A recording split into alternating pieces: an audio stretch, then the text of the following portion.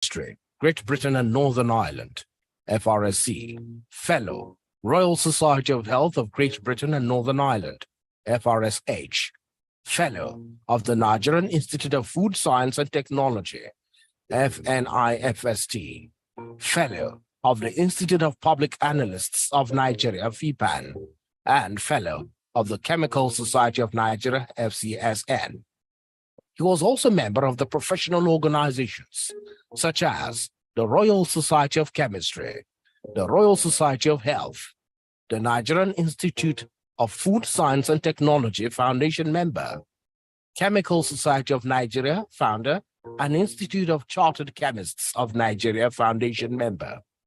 From 1967 to 1970, he worked with a London-based firm of public analysts known as Thomas McLaughlin and Partners. Mr. Akoh also carried out national assignments in representative capacity as federal government chemist in the Federal Ministry of Health, Lagos at the time.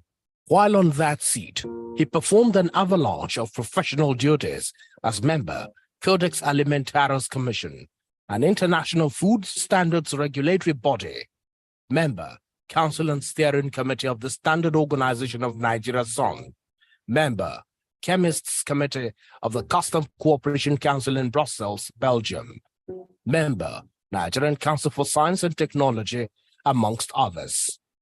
In 1982, Mr. Akoh was appointed as permanent secretary in the Federal Civil Service. As a double salvo, he served as chief of staff to the vice president in the presidency. On the other hand, he was also appointed in 1993 to serve as the chairman, Ports Decongestion Committee by the presidency in Lagos.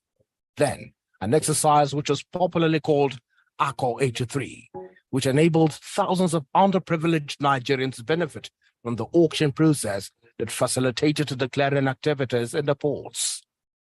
Mr. Akoh also was saddled with the job of developing a separate, sustainable sub-budget for that office in the presidency when the seat of power moved to the FCT Abuja. While deployed to the Federal Ministry of Works as permanent secretary, he never allocated any plot of land or government building to himself. Having achieved and served this country tremendously, Mr. Daniel Alifa Akoh in 1986 decided to retire voluntarily from the Federal Civil Service, leaving behind a list of unforgettable milestones. In his post-retirement life, Mr. Akoh was often invited to hold offices at the state and federal levels of government.